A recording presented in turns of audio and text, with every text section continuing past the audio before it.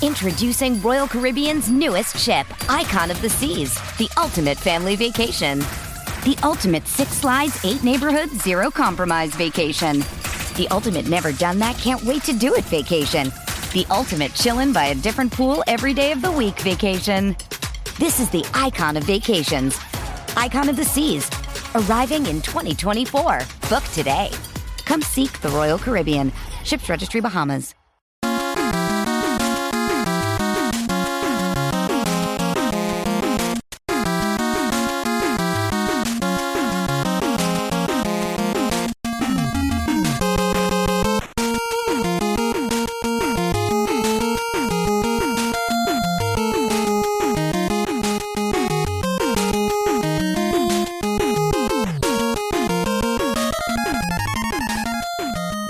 Hello again, hockey fans. Are you ready to brave the wild? With me, your host, Paladino Joey, or Joey Owygen. Brave the Wild is available on Apple Podcasts, Google Podcasts, Podman, Spotify, iHeartRadio, TuneIn Radio, Audible, Podbean again, Stitcher, Double Twist. So great to have you back on board with me once again today. It's a great pleasure to be talking hockey yet again. Another cloudy day in the Twin Cities. But things looking bright for the Timberwolves and the Minnesota Wild. Timberwolves make the playoffs. I'm talking about the Timberwolves now, aren't I? But we got the Minnesota Wild as well, looking absolutely fantastic. At least these past few games, getting 5 out of 6 points, basically going 2-0-1.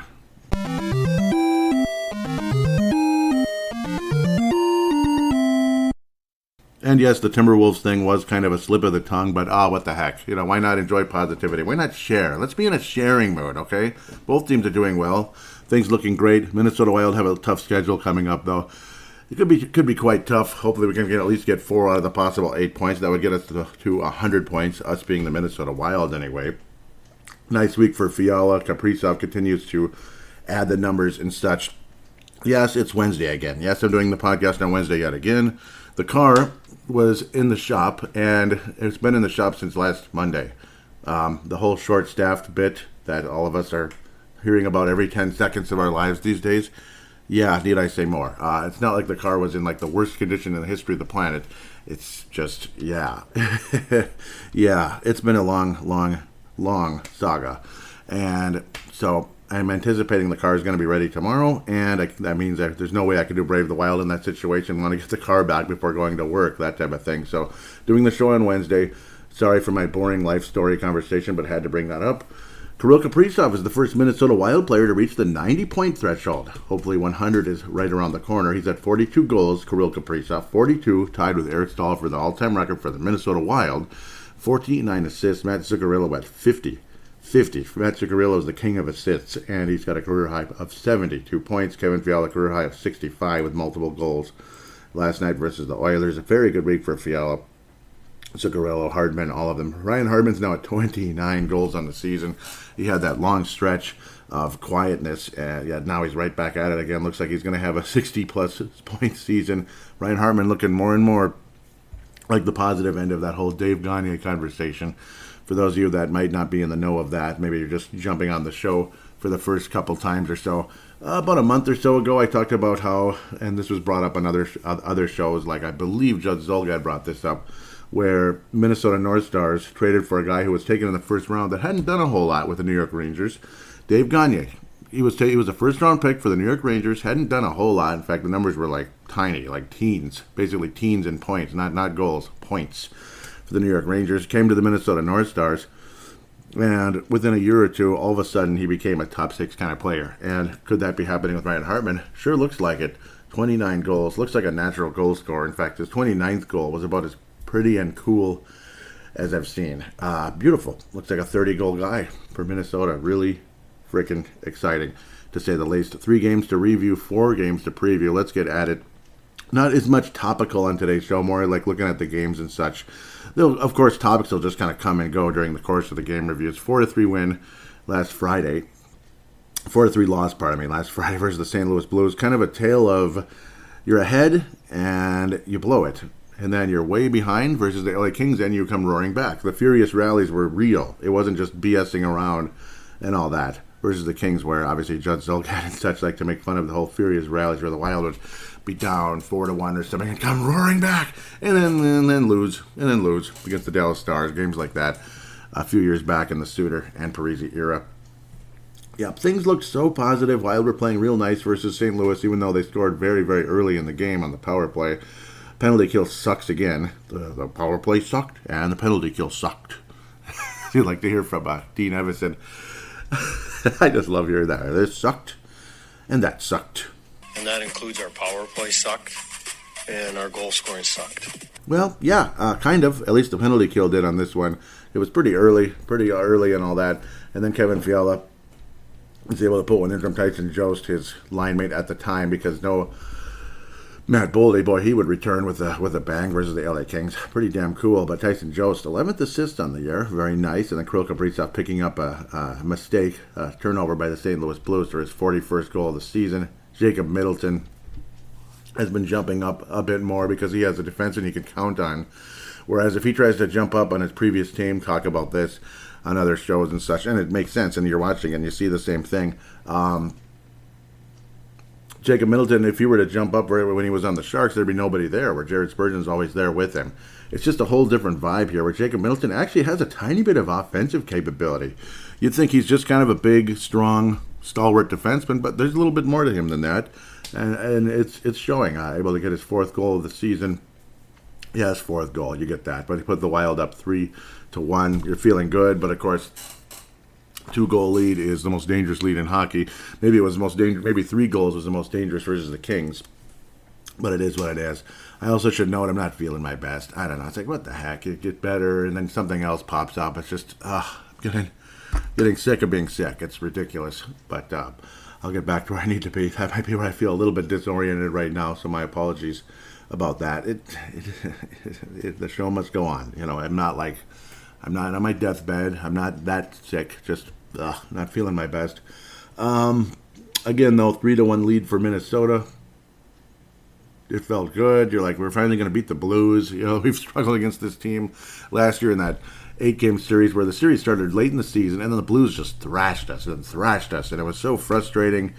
And it's like, great. Just imagine if we had to play these guys in the first round. It'd be like 4-0. Like, no doubt. It was like 6-2, 6-1, 5-1. Like, this sucks. This is dumb. 7-1, 7-3. Come on, man. Get your heads out of your ass. And then this one looked like we're feeling all better. And then Justin Falk just kind of simply puts the puck on net. And Talbot misses. I couldn't believe it. And nor could anybody else. I couldn't believe it. And then Braden Shen does a little shimmy around a few guys and then puts it in the net, puts it in. 21st goal of the season. It just looked too easy. Braden Shen, just a little shimmy around the Wild defenders, puts the puck in. I just, like, really, man. So that was really frustrating. That was within about a 6-minute period there. Tie game midway through the third. And then overtime, I'm not sure what the hell this was. Kevin Fiala was behaving like we were on 5-5 in, like, the second period or something. Kind of nonchalantly, okay, he's got the puck. Yeah, he's got the puck.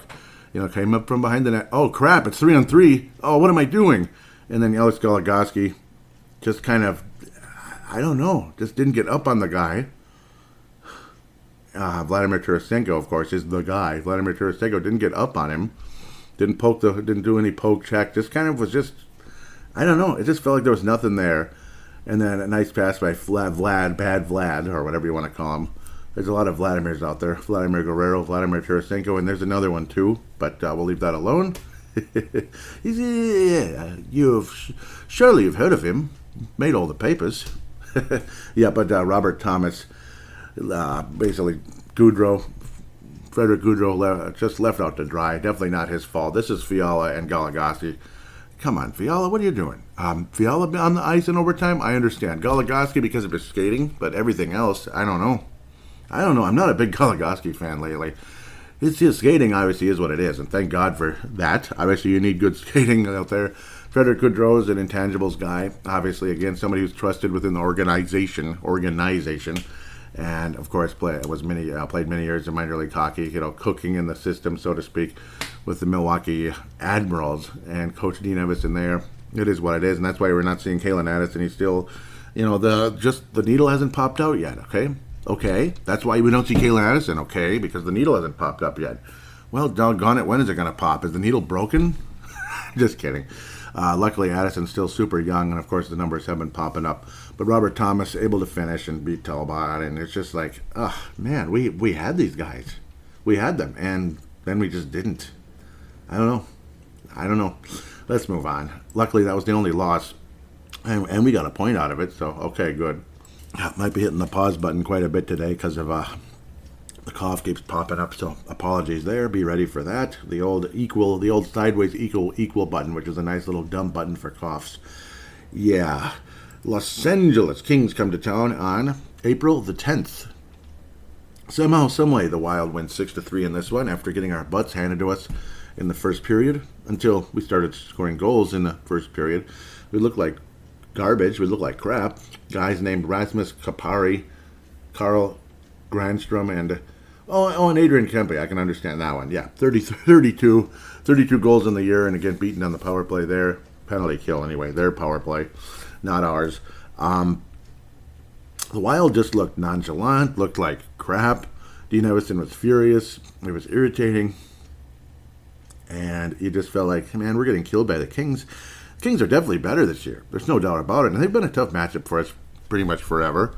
Occasionally we do well, especially when Darcy Kemper was our goalie. He just had some really nice games. And it's funny, look at Kempe, you think of Kemper, yeah, I don't know.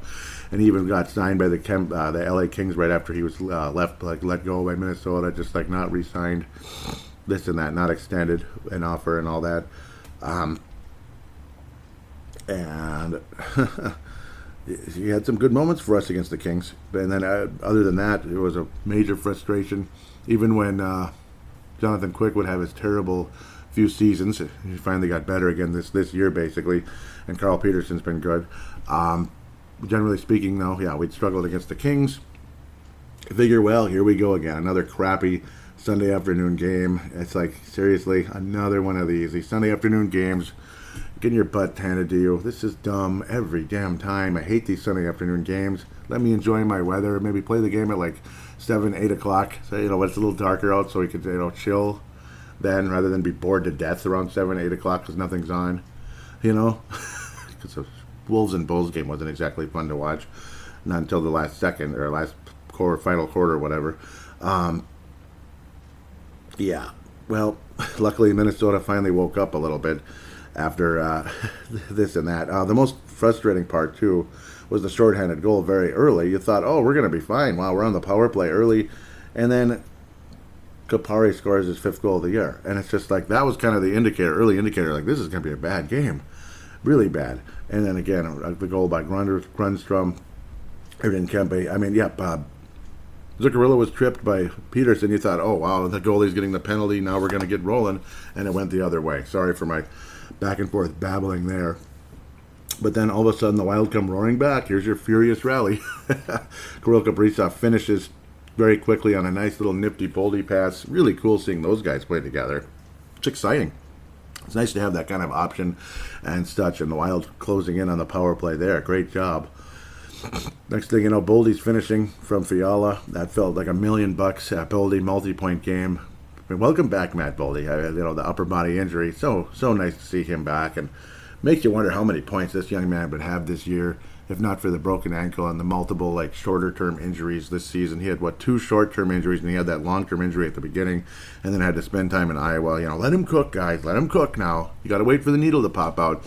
That needle exploded out because Matt Boldy was more than a point a game in Iowa, and it was a joy. Him and Marco Rossi working together out there, down there in Iowa. It's a beautiful thing, and Boldy hasn't really lost a step here in Minnesota versus Iowa. It's so exciting when you see a guy go from basically a point-a-game player in college to the AHL to the NHL. Just boom, boom, boom, and it's it's such a wonderful feeling because there's so many players, they don't translate right away, and sometimes they don't translate at all, and it's such a bummer.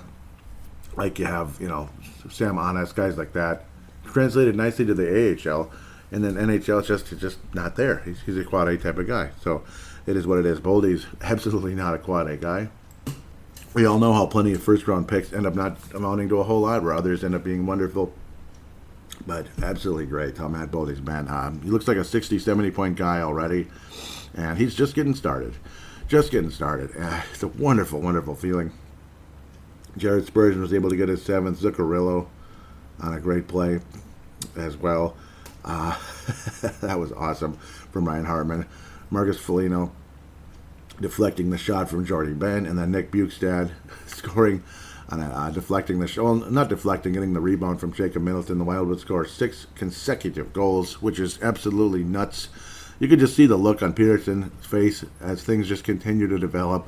Just like, you've got to be kidding me. Like, how is this happening? We were doing so well, and now we're getting steamrolled. And that's pretty much what the vibe was for poor Carl Peterson. It looked like Jordy Ben had scored on his shot, but of course, again, Marcus Foligno with a nice deflection, and that was great. The funny part was when Nick Bukestad was able to get his 6th goal of the year. Felt good for him as he'd been a bit snake bit with injuries and such. I mean, the injury he had where he missed like a month plus was against Zuccarello angrily swinging his stick in practice. Like, the frustration where you're just slamming your stick down. He apparently hit Bukestad and broke his finger. Oh, God. Yeah, an inadvertent type of thing. And a guy like Bukestad who's trying to hang on in the NHL, I can't imagine how sad and frustrated he was at that moment. Like, you've got to be kidding. How could this happen? I can't even imagine. But again, 6th goal of the season. Good for him. But no, the funny thing that happened is how DeHame and Lemieux just went at it immediately. Brendan Lemieux. It was instantaneous. They just dropped the gloves. It's like there wasn't even a goal celebration. It was just like, all right, well, Bukestad scored. Cool. Well, let's see. But the fight just went absolutely crazy, and it kept going. Lemieux was like, no, when the refs tried to pull them apart. He just said no. He wanted to keep going. It was entertaining to watch, no doubt about that. Brendan DeHame, I hope there's more offensive capability there at some point. So far, he looks a little stumbly and bumbly out there on the offensive side of the puck. But he plays a solid defensive game, generally speaking. And I got to think he's going to continue to develop and at least get to 20 points, 30 points at some point. But he's definitely bottom 6. He can be quite a fighter at times. Looked like him and Lemieux had been kind of, their frustrations had been boiling over, and it finally just literally did. And it was funny to watch. Right as a goal was scored, they just because DeHame basically checked him from behind, pushed him with a stick, basically cross-checked from behind, and then things escalated quickly, as they like to say in the comedy world. That escalated quickly. Yeah, sure did. Enough of my babble. Let's get back to where we need to be with the Edmonton Oilers game. Absolutely fun. The Wild sweep the Edmonton Oilers for the season, get the brooms out. When the Oilers are good, the Wild kill the Oilers. When the Oilers suck, the Oilers kill the Wild. Go figure. That's just how it is. The Oilers have been red hot this year. Well, not this year, but lately. They're good this year. They're in the playoffs. They're going to make it. What are they, 2nd place in the Pacific? Yeah, I mean, they're well over 500. They're 16 games above 500. They're 6 overtime/shootout losses and all that cute stuff. They're having a good season. And their arch-rival Calgary Flames are the only team ahead of them in the Pacific Division. It's kind of like the 1980s again. Flames and Oilers, and I love it. I love it, and the early 90s. Oh, yes, I'll take 80s and early 90s any day for anything. There's a reason why I love the Flames and the Oilers. It goes back to those days. It's just classic. Have you heard of the 80s Oilers, ladies and gentlemen? That's a saying I brought up a million times. The Wild basically, they picked up where they left off from that 6-goal run with the LA Kings. They went up with 11 consecutive goals, dating back to the first goal in versus Los Angeles by Kirill Kaprizov. 11 consecutive goals, and how fitting was it that, the first of the 5 by Minnesota was Frederick Goudreau's 11th of the season. That didn't make any sense, but it works.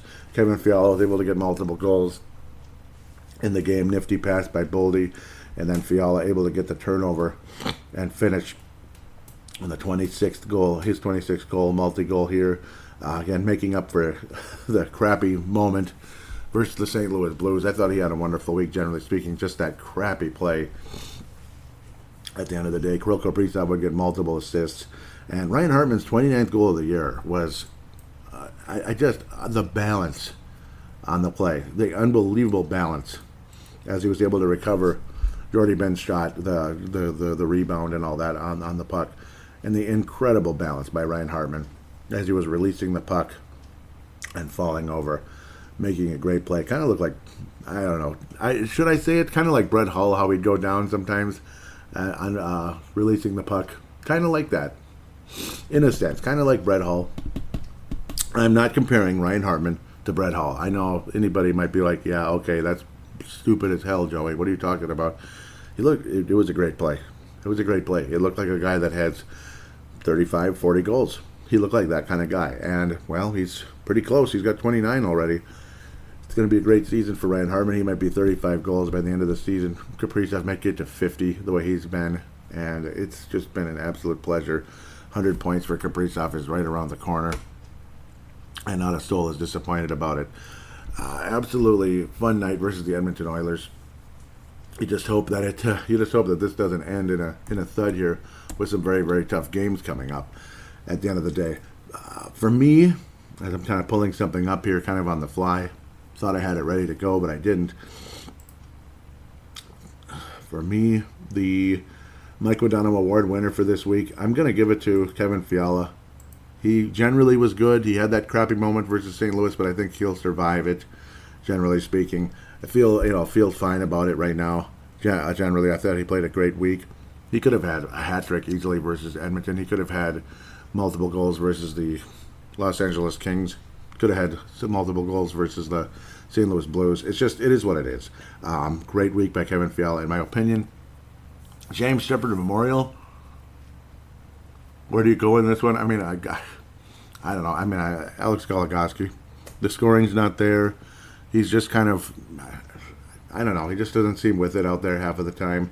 It's frustrating. It is what it is. And I don't know. I mean, nobody else really stands out as somebody that I really want to give it to. You certainly can't complain about the goaltending anymore. I mean, it's been great. And this rotation back and forth, I think it's wonderful. I think it's absolutely wonderful. Keep doing it. You never have to complain and cry about, oh boy, we're overusing this guy and underusing that guy. Overusing this guy and underusing that guy. It's a perfect balance. It's like a perfect marriage, and it's just wonderful. Kirill Kaprizov is now at 104 points projected on the season. He's projected to get to 48. So if he's on the current pace, he would not get to 50. We'll see if he's able to get past that, because he had 2 assists versus Edmonton. He didn't score. That's bullcrap, Kirill. Come on, man. He didn't score. That's horrible. Okay, sorry. Matthew Zuccarello, is he on pace for 80? He must be. 82. Man. On pace for 82 points in only 73 games. What a great season. Zuccarello has always been a good player. His first year with Minnesota, not so much. Looked like an overpaid meh player who was, past his prime, and it turned out his wrist was still messed up. It needed to be fixed. It needed to be fixed up. I can relate to that, with the wrist injury and such, and have, his talent is directing the puck the way he does. He needs his wrist to have full motion and to be healthy and strong, to be as effective as he was. Again, remember, he blocked a shot. Was his first game with the Dallas Stars and broke his wrist immediately. The puck just went right into it. Like, what are you doing? You're blocking a shot with your wrist.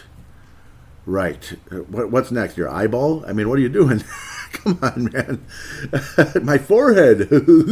No, okay, sorry. I'm sorry. But no, he's on pace for 82 points, 30 goals, 40. What am I looking at? This is Kevin Fiala. What am I talking about? Kevin Fiala. Yep. 74 points with 30 goals, 44 assists. I'm curious with Ryan Hartman. That's the one I'm curious about. What's he projected for? 33? Well, okay. 64 points. Looks a lot like, get the heck out of here. No good. Okay, sorry. I hate that. 64 points. Yeah, looks like, looks obviously different game than Dave Gagne, but similar position, obviously. Plays the center position. And similar story in a sense. Probably not as good as Dave Gagne, though you never know. Maybe he'll get even better. It's been wonderful. That's ironic, though. As I'm ripping on Alex Goligoski, he's at plus 40 on the season.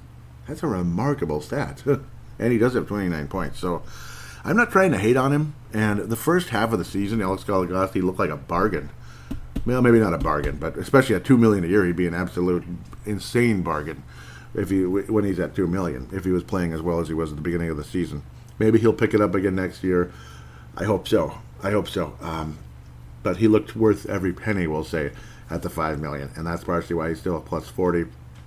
And of course, a lot of times he's been out there with the best line and such. When you have Kaprizov, Zuccarello in front of you, scoring all those goals and setting each other up, and Hartman finishing on some of them as well when he's able to grab the cup of coffee, like in the commercial. That's why he's a plus 29 on the year, Ryan Hartman. Second on the team, by the way. So I guess that's how it works at the end of the day. Matt Dumba, the good news is, again, you've probably heard this 100 times before I'm saying it, but what the hell, I'll say it anyway. Looks like it's not as bad as they were originally fearing. Probably separated shoulder, but not as severe as they were originally fearing. So again, no broken collarbone, nothing like that. Broken collarbone, I mean, it's been nice. Maybe we'll see you in the second or third round or something. Yay. That would really suck. But it looks like he'll be back for the playoffs. That's the talk. So cool. Nice to have Matt Dumba back in the fray at some point this season. Unfortunately, the dumb bomb hasn't been what it was in the past. Only 7 goals on the season. It's more. It became predictable. Unfortunately, I think that's a big part of it, and that's where he's been a little bit frustrated and not as good. But I think I've summed up what I need to. We'll wrap this segment up and come back and preview 4 games and talk a bit about the prospects and the NC.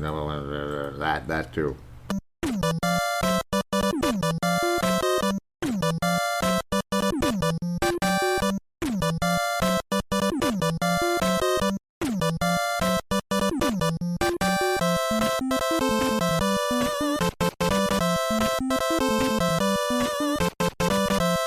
And we are back here on Brave the Wild. Segment number 2. Got 4 games to preview. Better giddy up immediately and talk about that tar. I don't even want to talk about it. Screw that. The frozen bleep. The bleep and bleep.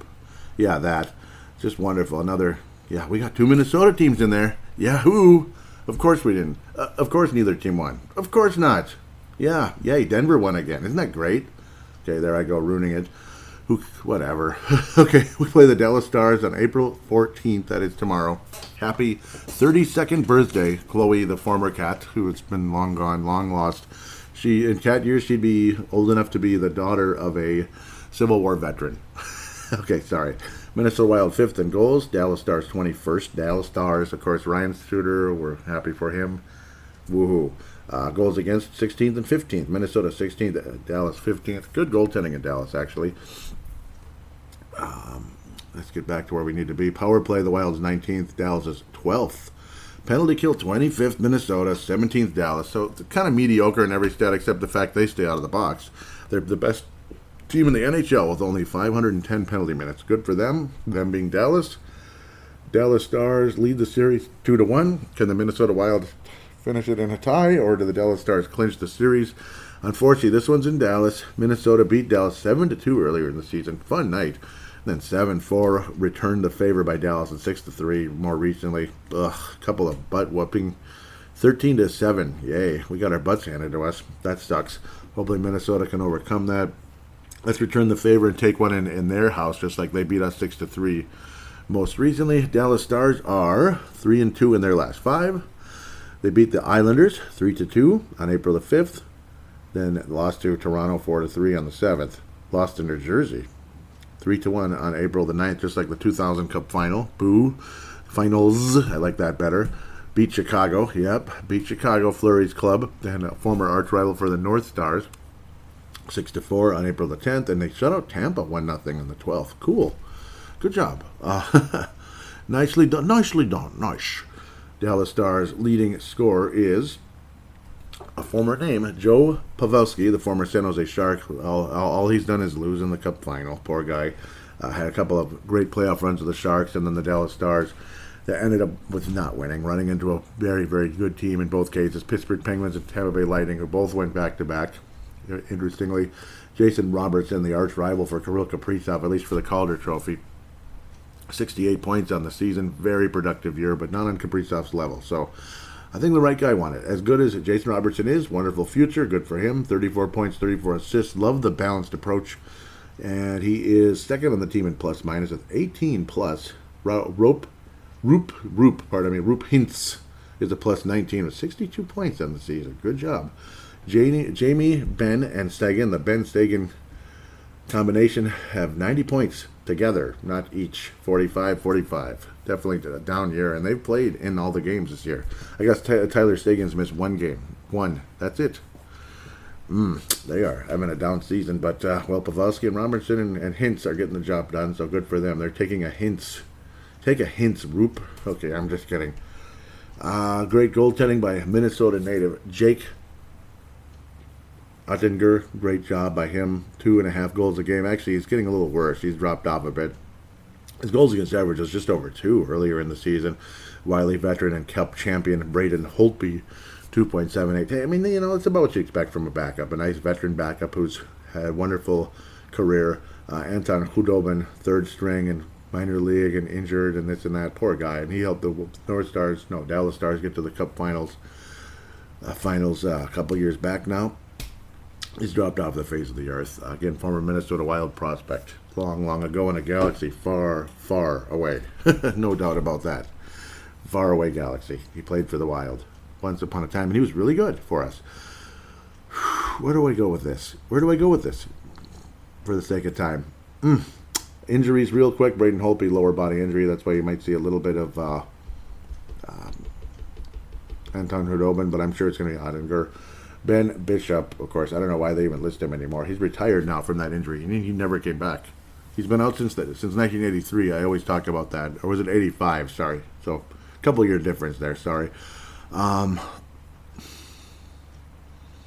Dallas Stars 5th in the Central, knocking on the door of the postseason. Great, very good season. Very good. 42, 27, and 4. They're a tough team. They're tough. Ryan Suter, watch. What has he got? 30 points on the season.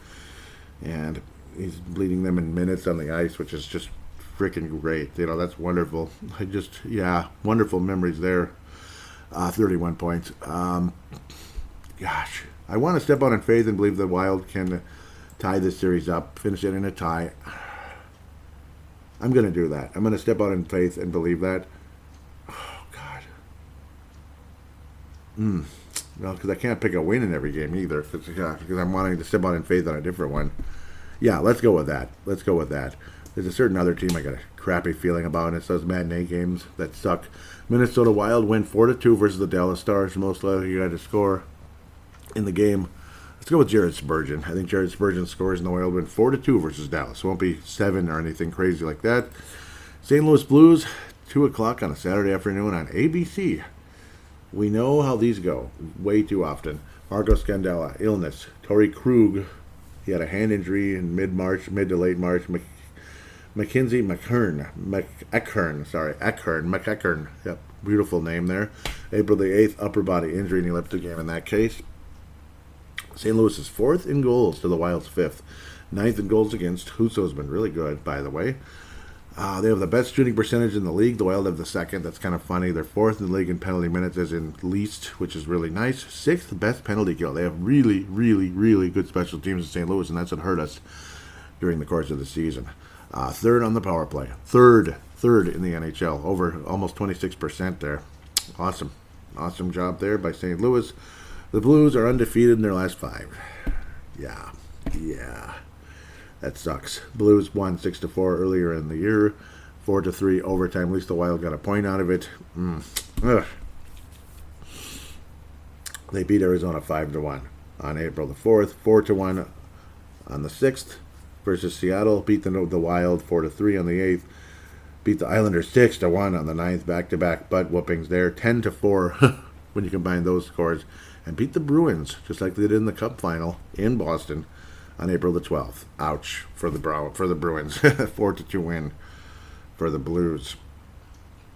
You want to believe that the Wild can come out and get a win in this series, especially when, boy, this is an important game. Oh, this is an important game when we're talking about home ice advantage in the first round and such. Oh, this is important. Minnesota and St. Louis tied 96 in points at the moment. Oh my God, it's scary. It's scary, man. That's funny how they have they have as many points as they have 10 OT losses. They've squeezed out more, they've squeezed out more cheap points that way to get something out of it. Husso's been wonderful, absolutely wonderful. What is he at? 2.37 goals against with multiple shutouts on the season. Jordan Bennington, he had that miracle run, but it looks like he was a one-year wonder. As was it 2 years ago, 2020, he was kind of up and down. Then it looked like there might be some magic again at the end of the year, and then nope. As the Blues always seem to step up at the very end of the year to make people nervous, like here they come again, watch out for the Blues. And then they died right away, and that happened last year as well. Not literally, figuratively, but Ville Husso, 23-6 on the season. He's been a wonderful revelation for St. Louis. He's a big reason why they're really dangerous right now. 2.37 goals against average. Save percentage, 92.5. Wow. Excellent. So watch out, David Paladinolive, 42 points in 59 games. Vladimir Tarasenko staying healthy this year for the most part. 28 goals, 39 assists, 67 points on the season. Robert Thomas, 66 points. Jordan Carew, 65, so kind of a balanced attack. Pavel Bucevic, 62 points on the season in 64 games. It's a very, very balanced attack. Look how many guys have 20 goals and up. Oh, 6 apparently. Yep, Robert Thomas only has 18 goals, but he's got 48 assists. He's doing great. Doing great for them. Obviously, he's a top line center.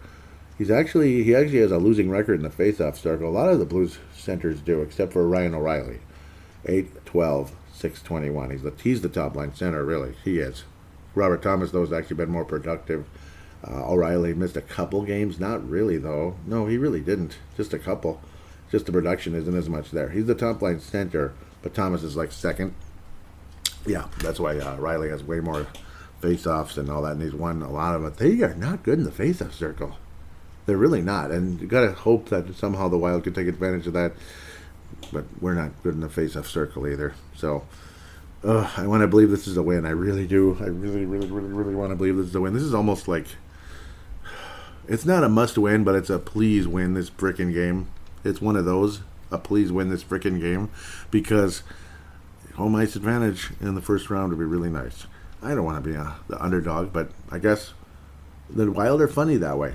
Your favorite versus Colorado, your underdog versus Colorado, you beat them 2 times. And the one time you're favored, you have home ice, you lose. And your underdog versus St. Louis, so to speak, even though the Wild were kind of on a mission that year, we beat the Blues. I'm trying to remember. Yeah, we beat the Blues in 6. Then we had a great season, absolutely great season. 16-17, Bruce Boudreau's first year in Minnesota.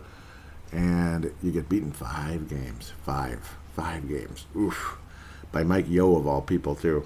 It's just like, really? And, of course, was that Jake Allen? Yep, Jake Allen's miracle run, and the Wild putting up 1,000,000 shots, but they weren't really great shots. They were just putting the puck on net in a lot of ways, which bolstered that number up. It was insanely frustrating. I don't know where to go with this one. I'm not picking the Wild to win. I don't know. I don't like the way we play this club. Maybe we'll squeeze out a point, and I hope so. Or maybe we beat them in OT. Maybe we beat them in OT and they squeeze out a point. I think it's going to be 3-2. 3-2. Hopefully we get a point out of it. Hopefully maybe the Wild get lucky and win. Or not get lucky, but are they on the winning side of things and get the job done?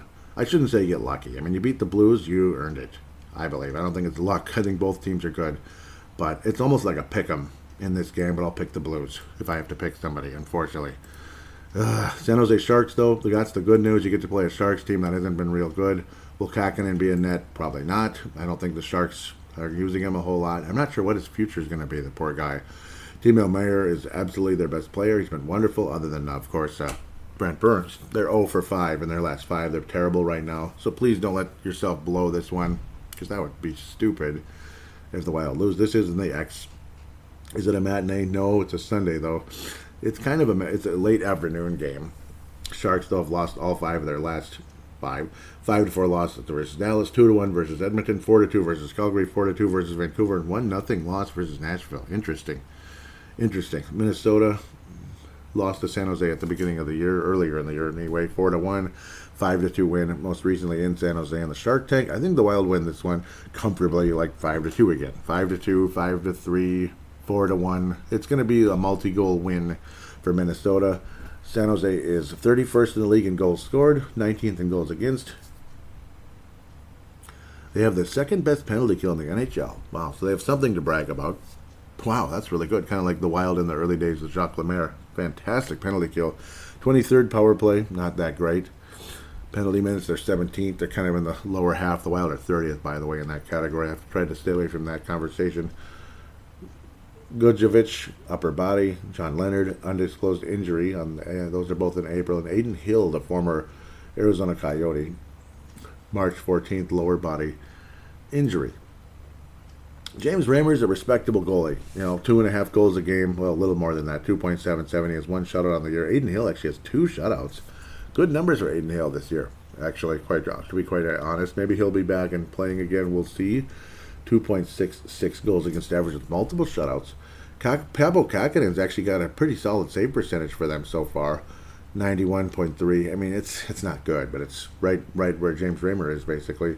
He's 0 for 3, though, and he's given up 3.5 goals a game. So, but at least the save percentage is high. He's just been getting his butt handed to him, unfortunately. Alex Stalock was in 1 game and got shelled. 6 goals against, and was pulled in that one. His goals against average almost 8 because of the minutes and all that. Whew, he got absolutely shelled. Alex Stalock was in that. Former Shark, back with the Sharks again. Timo Meyer is an absolutely wonderful player. 70 points, 31 goals, and 39 assists. Thomas Hertl, 28 and 31 for 59 points. Logan Couture with 49 points. Brent Burns with 47. That's pretty low for Brent, as he in the past was up there with Roman Josi, like an 80-point type of guy. Well, Josi might get 100. He might be Bobby Orr-like this year.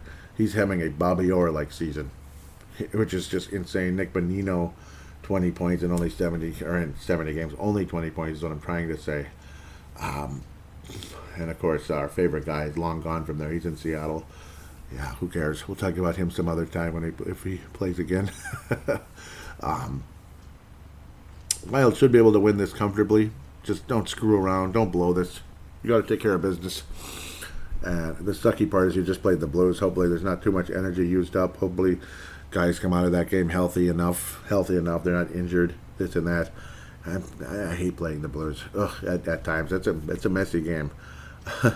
It's fun. It's fun in terms of the competition, but it's a tough matchup. Wild win hopefully comfortably here, like a 5-2 type of thing, 5-2, 4-2.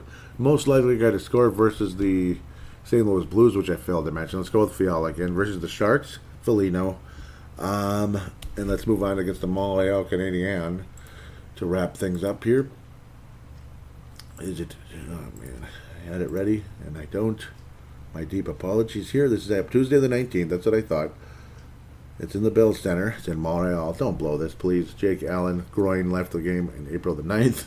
Justin Barron, April the 6th, ankle. Paul Byron, not Bunyan, but Byron, April the 6th, undisclosed injury. It's a mystery, guys. Unsolved mysteries. What happened to Paul Byron? Join me on Unsolved Mysteries. Okay, sorry. That's about what it is, though. I get a kick out of all that. 31st again in goals, 28th in goals for, 31st in goals against, 31st power play, 27th penalty kill, 28th penalty minutes. They're right behind us, which we're one of the worst. Shooting percentage sucks. Their assists suck. This sucks. It sucks. Everything is 28th and worse. No, 27th. I'm sorry. I'm really sorry. 27th and worse. With Montreal, Minnesota went 8-2. 8-2. Kind of like it used to be back in the early 90s, going the other direction, as Montreal was real tough around that time. And I remember an 8-0 loss to them. I remember it about 93 that year. Yeah, it was just awful. It was on the road, and they just, they kicked the crap out of us. I believe Montreal Forum.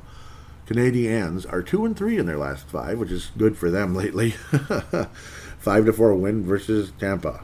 Wow. Okay. Nice revenge there. Sweet revenge.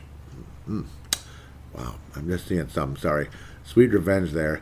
6-3 loss to Ottawa. 7-4 victory versus New Jersey. 3-2 loss to Toronto. 4-2 loss to the Winnipeg Jets. At the end of the day. Oh, I lost it. That's too bad. Bring it back. I just saw something that I liked. I'm sorry. Wild should be able to win this game. Bottom line, you don't win this game, you're screwing around. You're killing yourself. Just don't do that. Just don't do it. Kirill Kaprizov has multiple goals. Wild win 5-2 versus the Montreal Canadiens. What more is there to say? Let's move. I had it up and I lost it. Let's talk about the Frozen Four, if humanly possible. Much as I don't really want to, but it sucks. I don't know. It just didn't end well. That's all. Denver was leading early. Michigan tied it up. They felt all good about themselves, and a lot of us kind of thought Michigan was going to be in the final. I was picking Gophers versus Michigan for an epic rematch of the Big Ten Championship, and hopefully, maybe, pray to God, the Gophers have a better showing than they did in the Big Ten Championship, because Michigan beat us pretty handily in that game. Instead, the Montreal goalie flips the puck back to a Denver forward who was able to finish immediately.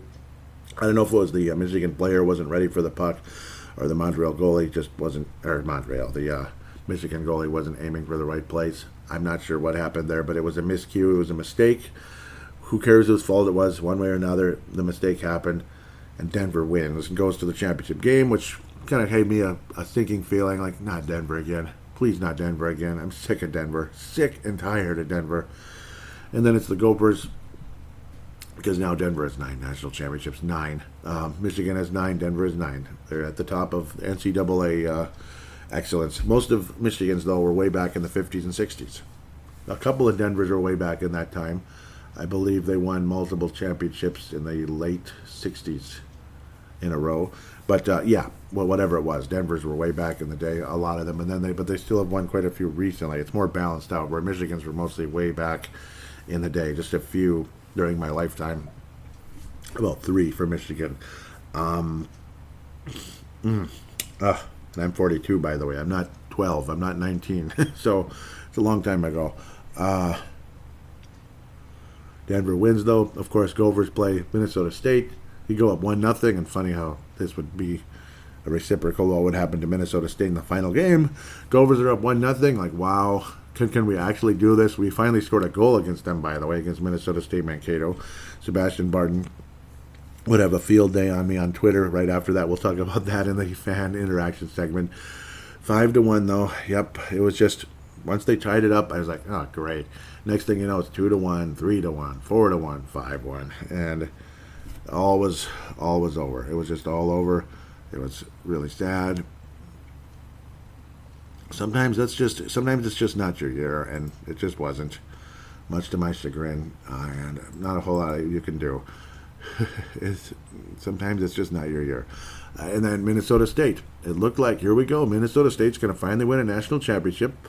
Denver's good, but they're not as good as Minnesota State, are they? You know, they were the underdog versus Michigan. I mean, obviously a top 4 team in the country, top 3 team in the whole country, top 3. Basically, the top 3 teams would be Michigan, Minnesota State, and Denver. And then the Gophers were 4th or 5th, depending on how you see that Western Michigan. Quite frankly, I see the Gophers as 4th, the way we handled Western Michigan. But incredible how both Minnesota and Michigan wound up with no national championship. The states of Minnesota and Michigan. As we had, 3 teams in. Michigan had 3. They had Tech. There was no Michigan State, but Michigan Tech, Michigan themselves, and Western Michigan of all teams. Western Michigan. Then you had the Gophers. You had St. Cloud State. You had Minnesota State. So, I swear there was one more. I guess it's those 3. Yeah, so it was those 3. Yep, and Duluth. Duluth, of course. Duluth's always in the NCAA tournament. 4 Minnesota teams. No national championship for Michigan over Minnesota. Minnesota State would score early. They'd get the first goal. Looked like they were going to shut down the Denver Pioneers. No goals allowed. They have the best goalie in the country. He's the Hobie Baker winner. He's going to be the next Ken Dryden. He's going to be the next Grant Fuhr. I don't know. He's going to be the next great goalie, whatever he is. He's going to be a college free agent, just like Ben Myers, who was not signed anywhere, nor is Dryden McKay either. We'll see what happens with that storyline. It's going to be fascinating. Unfortunately, neither one will be eligible for the postseason. That's just the rule. But they'll be eligible next year for everything. But it'd be nice to see. Maybe you could put him in the AHL and go on a playoff run there. Or just, skate here and then maybe go to the, who knows. It is what it is. They can't play in the playoffs. But then Denver comes roaring back in that third period. They finally tie it up, but you think Minnesota State will be fine. They'll take care of business, and they never scored again. And Denver just the floodgates opened, and Minnesota State fans went from 20 minutes away from a national championship to a 5-1 loss. And I am no Minnesota State Mankato Mavericks fan. I'm not. I'm a Gopher fan. I don't like some of the flack I get, but it's okay, and it's innocent. I'm not mad at Sebastian Barton. It's okay. It's okay. He's just poking fun, having fun. And it'd be nice to see them win, at least one. I mean, for crying out loud. And frickin' Denver wins their ninth. It's just like, it sucks. It sucks to see. So that was disappointing. Good luck, Dryden McCray. Good luck, Ben Myers. College free agents heading to the National Hockey League. Iowa Wild actually were pretty solid this past week. Mason Shaw has been jumping up nicely now at 44 points. He's had multiple point games here. Mitchell Chaffee continuing to kind of chip away. Kalen Addison chipping away now 29 points, 7 of them goals in 35 games. Actually, he's been picking it up nicely. Connor DeWer continues to be just about a point a game guy in Iowa. Obviously, much bigger star in Iowa versus Minnesota. He goes from the fourth line to the top line when it goes from Minnesota to Iowa. Pretty impressive. Marco Rossi, a 50-point guy in Iowa with 17 goals, 50 points even in 56 games. Kyle Rau's been about the best player as well. He's one of the top players. Rau, Rossi, DeWer working together in different situations. It's been a beautiful thing. DeWer is either the top line or second line center. He's kind of both. Him and Rossi have been centers, and sometimes they play on the wing when they're together on the power play. DeWer can play on the penalty kill, kind of everything. He's so valuable, and that's why he's an NHL player, because he can play on the penalty kill. Because he's not a top line guy in the NHL. He's just not. But Mason Shaw now at 44 points. Really nice to see him continuing to emerge. And he's only 22. It feels like he's been here forever, but he's only 22. And again, also, Zane McIntyre has been a wonderful, wonderful addition to the AHL's Iowa Wild. Love what he's done out there. 2.37 goals against average, 16 and 10 on the year. He's the Marc-Andre Fleury of the Iowa Wild. He's been wonderful. Absolutely wonderful. Also love Marc-Andre Fleury's new helmet. They compare it to Andy Moog, formerly of the Boston Bruins, even all the way back to Edmonton Oilers. He was the backup to Grant Fuhr, which not everybody knows. He was Grant Fuhr's backup. That's why he was really good. It was just one of those guys like, oh, he's bound to be a great starter somewhere. And he was a pretty good starter for Boston. It's interesting to think he was in the Cup final in 90 versus the Edmonton Oilers, but they lost in 5 games. Oilers won pretty handily. Mark Messier leading the way there for the Edmonton Oilers, winning a Stanley Cup. Bill Rainford and Ken Dryden, or I just called him Ken Dryden, Grant Fuhr, the 2 goalies for that club. And again, Gretzky centering the top line of the Los Angeles Kings at that stage with the Yari Curry. So it is what it is. Great memories there. Nice to see that cool helmet by Marc-Andre Fleury, Minnesota goaltender, of course, with a nice new helmet. Everybody loves it. You notice the Chicago pads were out most recently again, because it's what I figured. The others weren't broken in enough yet. You needed to get a few more practices. I mean, you think a baseball glove is hard to break in. I can't even imagine goalie pads. Luckily for myself, I've never played goalie. I'm actually terrified of the idea. So, and now I'm 42. Forget about it. 42 going on 43. So maybe I'd just be a casual goalie screwing around out there with, with kids, and a soft puck or something. Something like that. Those little floor hockey pucks. So kids don't get their wrists broken like Nats Zuccarello. Generally speaking, though, it's, I don't know, I mean, with the prospects, again, the Iowa Wild, nice to see them playing a bit better. Obviously, that feels great. Rourke, 44 points in 49 games, 10 goals, just a little bit of everything there. He's the absolute undisputed leader for the Sioux Greyhounds. Damon Hunt, love what he does, 17 goals, 39 points in 46 games for the Moose Jaw Warriors. Looks like they all have new profile pictures up now. That's kind of cool. Pavel Novak. I've actually never seen his picture. There it is, Pavel Novak. Thank you. This is courtesy, of course, of HockeyDatabase.com or HockeyDB. 72 points for Pavel Novak. Wow. 29 goals on the season for the Kelowna Rockets of the WHL. Pavel Novak. Amazing job, Pavel Novak. Vladimir Firstov, again, still not factoring in the points. He had a multi-point game in his second game in the AHL. Since then, nothing. Unfortunately, in 6 games total for the Iowa Wild. Adam Beckman had been chipping away. He's now at 31 for Iowa. It's kind of cool to see everybody with their new profile picks, but still no profile pick for Marc-Andre Fleury. He's still got the Blackhawks jersey on. Come on, guys. Yeah. Get a kick out of that. Yep, Carson Lambos, a new profile pick for him too. 10 goals now on the year, 35 total points, assists, for 45 points. Again, a plus 40 for the Winnipeg Ice. Keep it up, Carson. Jack Pert, of course, eliminated in the first round of the NCAA tournament, freshman year. Good luck in the coming year. It's going to be exciting. Kadian Benkir, you finally get to see what he looks like. 57 points on the season in 66 games. Yeah, Pete's definitely quieted down after a good start. Kyle Masters, nice to see his picture finally. Still at 14 points, and the games keep piling up, and the points just don't. But he's a good stay-at-home guy with a great plus-minus.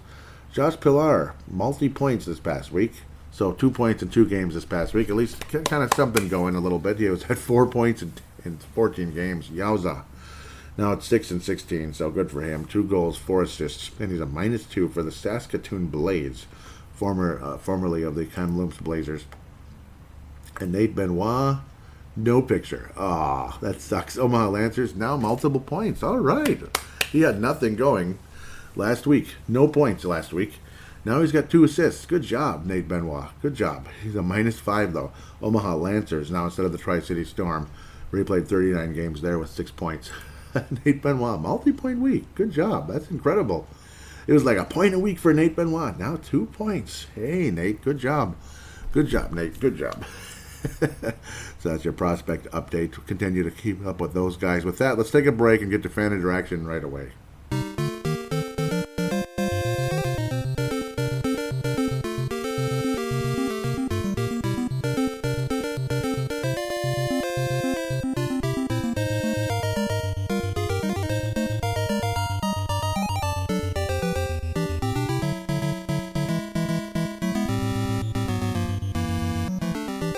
And we are back here on Brave the Wild, at Brave the Wild. At Brave the Wild is your Twitter account. Let's get to the Vig It application or app on Apple and Android devices, or Apple and Google devices. Android, Apple, Android, who cares? VIGIT is 2 separate words. I hope you know what Android is by now. It is a fantasy betting app.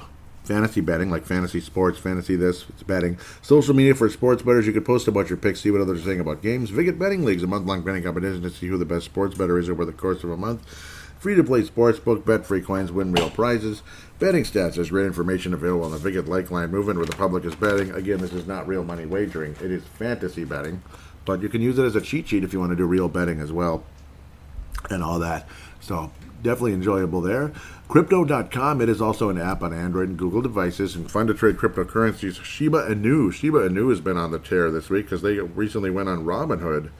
So that actually helped bring that one up. But join crypto.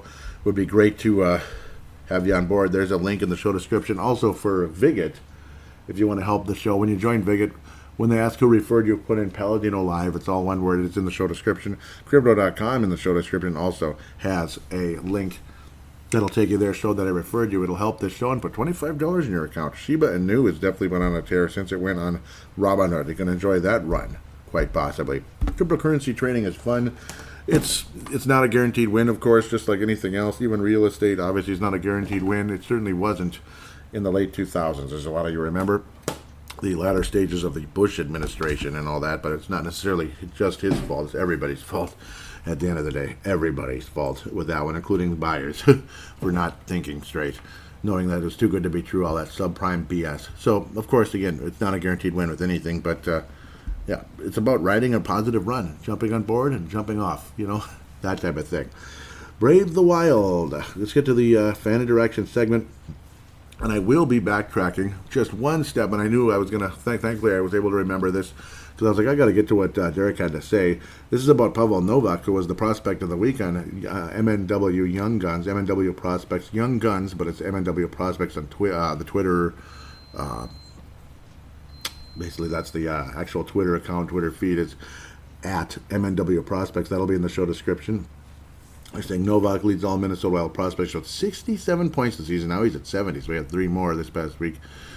Let's go back to what he did. I think it's higher. Actually, what am I talking about? It was 72, yeah. Oh my God. 5 points this past week. He's just been unbelievable, Pavel Novak. Yeah, that's what I thought. Yeah, he's way over a point a game. Can't wait to see what he can do. 19 years old, so I do believe he can be eligible for Iowa. Yeah, he's about to turn, in a couple of days, he's going to turn 20. Ooh, yes. So Pavel Novak, and he's already in North America. You don't have to worry about all that. It's Canada, but it's North America. Kelowna Rockets. That's like a British Columbia area, if I'm remembering correctly. It's Western Hockey League.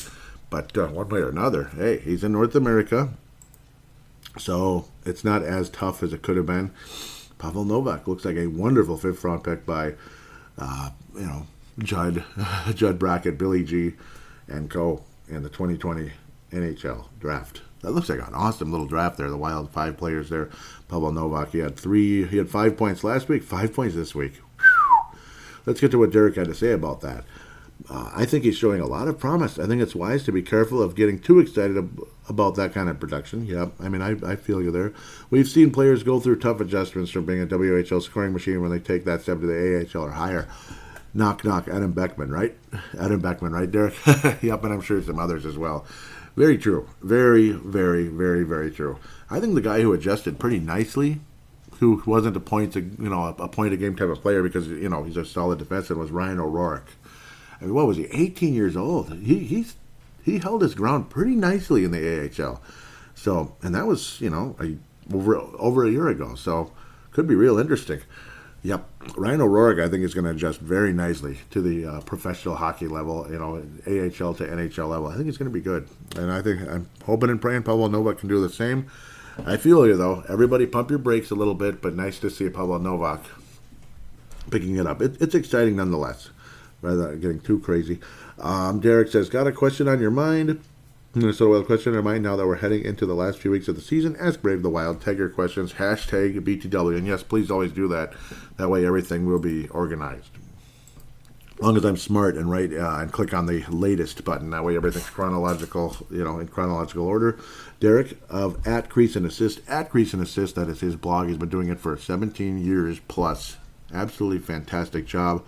He writes the reviews. His wife writes the previews of games and other articles during the course of the season because there's other, and the off season and such, the draft and all that good stuff. It's a lot of fun. Here we go. So, Derek says, what NHL team in the Eastern Conference do you think is the most formidable? What boss in any video game do you think is the toughest? Ooh, interesting. Okay, so what NHL team in the Eastern Conference do you think is the most formidable? Florida. Florida. Oh, Florida. They're the Colorado Avalanche of the East, aren't they? They are, because, the goaltending is kind of not that good. But they score like the Edmonton Oilers. They score like the Edmonton Oilers, man. They're good. Okay, maybe Edmonton's a little bit steep, but they're freaking good. I think it's Florida. And I'm not trying to be lazy and make it easy, but maybe somebody might have thought Montreal would be or Tampa would be an easy choice. Not Montreal. I'm looking at Montreal accidentally. 302 goals. They're scoring goals like no tomorrow. Bob is like adequate, this and that. Spencer Knight is 17-8, and Bob is 35-6. They're just winning games. Bob actually has 3 shutouts on the year. Huberdeau, 105 points. He is a stud. Barkov, 80 points. Sam Reinhart. It's the Edmonton Panthers. It's the Edmonton Panthers. They're just unbelievable. How many points do they have? 100 oh my God. Even Toronto's got 100 points. Good job, Toronto. Hopefully they can make a run finally. It'd be about time. Toronto. Stop losing, damn it. But I don't think they're going to beat Florida. I think Florida's this might be one of those years where the whole President's Trophy is overrated and the team always gets beat at some point in the conference final or even the first round sometimes. Like frickin' Nashville, like Chicago that one year. That was hilarious. When Nashville beat them, remember the LA Kings beat a fantastic Vancouver team back in 2012, and they swept them, and then they swept everybody except the New Jersey Devils at the very end, but won the cup pretty easily as an 8th seed. I don't think we're going to have one of those type of years. I don't know. Florida should be a heavy favorite to win the Stanley Cup, and good for them. Good for what a nice team, and it'd be about time for the Florida Panthers. The only sucky part is Tampa Bay has 3 cups already. So it's like Florida's not, it's not foreign to have a Stanley Cup in Florida already. But it's a different franchise, completely different team, so we'll see what happens. It'd be like Minnesota State winning their national championship and, yay, they finally got it, that kind of thing. So, or when Duluth finally did in 2011, and now they have 3 bastards. Okay, sorry. What boss in any video game do I think is the toughest? Like the hardest boss in any video game. Link's Shadow is way up there in Zelda 2, but I've kind of solved him. But for people that haven't really played it, he's got to be about as hard as anybody. You pretty much have to duck down the whole time and just jab away, because if you're not jabbing, he's going to hit you every time. And if you're not ducking down, he'll get you every time. And, you have to be literally crouched down, jabbing nonstop. And your only hope is whenever he jumps, because he jumps all the time to try to jump over you or jump around, is move in on him really fast, just try to poke him real quick. But that's way up there at the top. I think the hardest boss in any video game is frickin' Judge Doom in Who Framed Roger Rabbit. What the hell? What the hell? I mean, you could punch at him forever. You have to charge your punch forever, jumping around to charge it up, and then when you hit him, it's like, his power meter, his energy meter drops about as fast as a hair grows on a moose's something. That's what the AVGN would say, basically. It's unbelievable how many times you have to hit him. And every time he hits you, it's like 1/4 of your energy or whatever. It's unbelievable. I think Judge Doom, Who Framed Roger Rabbit, you pretty much have to cheat to beat him. It's ridiculous. And even when you beat him, you still haven't won the game. You have to race over to grab the dip hose, basically, and then shoot him with it. And if you hold the button down, he'll kill you in one punch. One punch. Yep, because he moves way faster when he gets up. After you knock him down, you get the dip hose. And if you're not pressing the button, that's the only way you could beat him. It's frickin' possible unless you really know what you're doing. So Judge Doom, Who Framed Roger Rabbit? You're probably like, what? No, but then again, some of you that have played that, check it out. It's fun. The music is awesome, in my opinion. Derek Felska says, lesser heralded players sometimes become postseason heroes for their respective clubs. Which Minnesota Wild that's not presently on the team's top 5 scoring has the potential to be the hero for us? Postseason heroes. Oh, okay, I see what you mean. Postseason heroes. So, yeah, that unsung hero in the playoffs. Yeah, I remember guys like, there have been guys like that in the past with, like, the Gophers and such, like, what was it, Matt Kowalska? He wasn't the top guy, but he had that huge game-tying goal, and Grant Patolny wasn't the leading scorer. He was one of the better players, but Drew Larsenek's top 5 in overall scoring, but I remember he was a bit of a hero last year at times. Well, Boldy, you could say Boldy, he's not one of the top 5 scorers. Wouldn't that be mean? Let's see, who could it be? In the past, you could have said Hartman, but you can't now because he's in the top 5. If I want to be cheap, I'll say Boldy, but I mean, he's almost a point-a-game guy, so that's kind of cheating a little bit. I don't think it's Duhaime. I really don't. I don't know. Something about him bugs me sometimes, even though I like him, but maybe Greenway. Maybe Greenway will be an unsung hero that'll kind of pop up and have a big moment or two. It could be him. I think it could be Greenway. That could be that guy. Obviously, Foligno could be. He's officially 6th in scoring on the team. Spurgeon 7th. And Goudreau, he's been quite a bit of an unsung hero during the course of the season. He's had a lot of clutch points. God. I'm going to go with Freddie Goudreau, probably because of what line he's on. Guys like Fiala and Boldy helping out and such. I think Freddie Goudreau could be that guy. I'll go with him. Because he's had some big moments. He's scored some very clutch goals during the course of the season. Nice question, Derek, by the way. Those kind of questions are fun. I like those. Make you think a little bit. During the Minnesota Wild Nashville game, ouch, after all the fights early in that game, the Nashville game ops had their organist play the theme from Mike Tyson's Punch-Out. That's cool. Dun, dun, dun, dun. Should the Minnesota Wild start incorporating bit tunes like that for their in-arena music? Oh, I think you know what I'm going to say to that. Hell yes. Yes, please. That would be so cool. Dun, dun, dun, dun. The Mike Tyson's Punch-Out. Oh, please do. Yes, please. Can we have a little personality out there, Minnesota? Yep. Stop playing hip-hop music at a hockey game. I don't, I don't know. I don't like hip-hop music. I think we hear enough of that everywhere you go, everywhere. Can we, yeah. I'm tired of hip-hop. I'm just being honest. I'm being blunt and honest. So, okay. And then Derek says, as a bit of a follow-up to us, what bit tunes would you like for them to use? I do think Mike Tyson's Punch-Out should be one of them. What's another type of... ice hockey for sure. That the ice hockey thing that you heard right before this segment. That should definitely be in there right as they're about to do a face-off. Wouldn't that be cool? Because that's kind of how it is. Like, the song kind of starts up right as you're about to do a face-off in ice hockey. Like, how cool would that be? Wouldn't that be cool? Like, let's be honest. Maybe some Galaga, some of the different... That da-da-da-da-da, you've heard that play a bit as I get into the prospect segment. I think that should be in there for sure. Also, like before a face-off or stoppage of play, something like that. Justin Caesar, have I seen him before? I might have. He says, hello, Brave the Wild. Why do the Predators have the Wild's number this season? I'm not sure. It's a bad matchup, I guess, and I swear Ryan Johansson has just been a thorn in our side forever. He's one of the huge reasons. He hit a hat trick. Kyle Granlund knows a thing or two about this team, even though a lot of his former teammates are gone. But there is some of that familiarity there. They've played us many, many, many, many, many times over the years. So it's been a rivalry that's built up over the course of time. It's an interesting matchup. It's the ups and downs of a rivalry. Like sometimes we beat them, sometimes they beat us, and then some years it's even, some years it's way lopsided, and it's just for some strange bleeping reason, it's a weird matchup at the moment. So that's the best thing I could come up with. Tom Hayen, welcome back to the show. The Colorado Avalanche have blocked you on Twitter.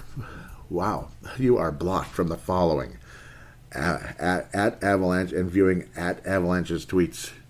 Wow, the Avalanche blocked him? The Colorado Avalanche blocked him. Must have been talking a little stuff where too much circle the wagons talk versus those Avalanches. They're offended. You can't circle the wagons versus the Avalanche. That's terrible. You can't do that. Yep. And I can understand what you're saying here. Ben versus, like, say, an Addison, right? Like an Addison or, other choices. Just about anybody else, right? Are you bleeping kidding me? Yeah, that's basically what he's... Yep, you put the words together there. I feel your frustration there, Tom. Yep, this is a mini lightning round. I like it. Tom returns one more time, says, can we expect Bally Sports North to actually show the start of the game tonight, or should we be prepared for a rerun of the Lake Conference Dart Championships from Bunnies in St. Louis Park? Looked like they went that direction, huh? That's what it felt like. But I do believe, no, it was on the Plus. It was on the Plus. Yep. See, I had to watch the replay. Damn it. I had to watch the replay, but what a fun game. It was on the Plus, thankfully. It's a good thing they invented that, but you know how some people may or may not have the Plus in different locations. Brian Herrera says, when can we expect the next podcast with special guest Derek from at Crease and Assist? Look at you putting pressure on me, Brian. You're hurting my feelings. Okay, I'm just kidding. No, I love having Derek on. It's really cool. He does a hell of a job, doesn't he? And Derek responds back with, I'm your Huckleberry. Yep. I'm your Huckleberry. Yep, like Huckleberry Hound. No, I'm kidding. Music Geek. Yep, at Darth Icky 42079. I love that. Really stupid question. Minnesota Wild fans. When and if we get to the playoffs, are we going to literally lose our bleep when we actually get to the conference finals? I bleeping said conference finals. Hell, I want us in the Stanley Cup finals too. I do too. I really do. I'm sure a lot of fans will, and I think that would be an absolutely wonderful thing. Music Geek Darth Icky. I would love that so much. I hope it happens. I hope we can go all the way. I keep looking at the whole glass ceiling approach. You get past St. Louis, glass ceiling. It's like the stock shoots way up. Confidence is higher. You beat Colorado, the stock explodes. And you just might be able to get past Calgary. Where before, the confidence level versus Calgary probably isn't there. You get past St. Louis and Colorado, I think it explodes. K-Fangirl jumps on board. Jody Helvey back on board. A few little mini, I think she has a miniature Oh, it's just, nope, it's 2. But hey, 2 is wonderful. Thank you, Kate, Jody Helvey. She says, I thought the Nash game, like Nashville game, was very strange. It seemed to me like the Wild were trying to show the Preds our new tough guys. Yeah, it really did, didn't it? And that we can goon it up. But I felt like we initiated it, and it took us right out of our game. Your thoughts on that game? Yeah, it was kind of like when we tried to get stronger after losing to the Anaheim Ducks, who went on to win the Cup, but they were a big, physical, skilled team that went on and won the Stanley Cup after crushing us in 5 games. We wanted to be a wannabe Ducks team the next year, and we were worse. And when we come with that approach, it seems to slow things down, and it doesn't really accomplish a whole lot. All it does is beef up the penalty minutes, and we're sick of penalty minutes around here. And our power play stinks, so you're just kind of shooting yourself in the foot doing stuff like that. So those are my thoughts on that game. It's just literally shooting yourself in the foot. So, yep, great thoughts, Jody. One more from Jody says, why when we need a right shot D-man, is Addison still sitting in Iowa? Yeah, amen. Yeah, because Ben is a lefty.